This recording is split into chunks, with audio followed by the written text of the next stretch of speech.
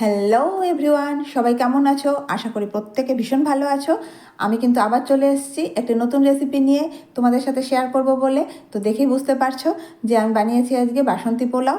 সেটাও কিন্তু আমি প্রেশার কুকারে বানিয়েছি, ভীষণ ঝটপট, খুব সহজে, অল্প সময়, কিন্তু খেতে আর স্বাদে গন্ধে কিন্তু এটা দুর্দান্ত হয়েছিল। তোমাদের সাথে সেটাই আজকে শেয়ার করব। তো তোমরা নিশ্চয়ই পোলাও খেতে ভালোবাসো। রেস্টুরেন্টের থেকে কিনে আনলে আমরা কিন্তু প্রত্যেকেই ভীষণ মজা করে খাই, ঠিক সেরকমই স্বাদের কিন্তু যদি আমরা বাড়িতে বানাতে পারি তবে কিন্তু আমরা প্রায় বানিয়ে খেতে পারি, তাই না? তো চলো ঝটপট দেখে নেওয়া যাক। প্রথমে আমি চালটাকে ভিজিয়ে জল ছড়িয়ে রেখেছিলাম। এবার সেটাকে আমি নুন, হলুদ আর গরম মশলার গুঁড়ো দিয়ে ভালো করে মেখে সরিয়ে রাখবো খানিকক্ষণের জন্য।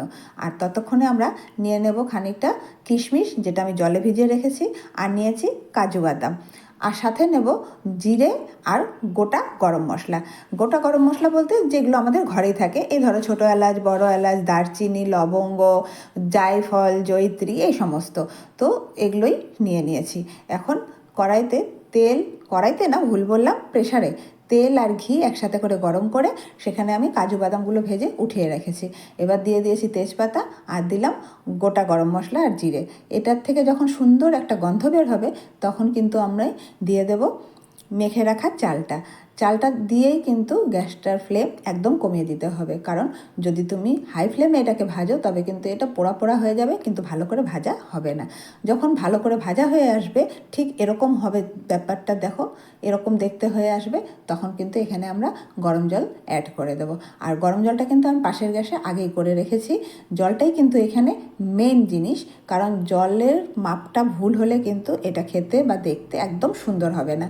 তাই যতটা পরিমাণ চাল ঠিক তার দ্বিগুণ পরিমাণ জল কিন্তু নিতে হবে, আর সেটা গরম জল হলে বেশি ভালো। তো স্বাদ মতো নুন দিয়ে দিচ্ছি, আর দেবো সামান্য চিনি। যারা চিনিটা খাও না তারা এটা অবশ্যই স্কিপ করতে পারো, তাতে কোনো প্রবলেম নেই। এখন একটু নাড়া দিয়ে আমি দিয়ে দেবো কিশমিশ আর ভেজে রাখা কাজুটা। তারপর ভালো করে একটু নেড়ে এটা কিন্তু আমি এখন এর প্রেশার কুকারের ঢাকনা আটকে দেবো। ঢাকনা আটকে একটা হুইসেল পর্যন্ত কিন্তু আমরা ওয়েট করব।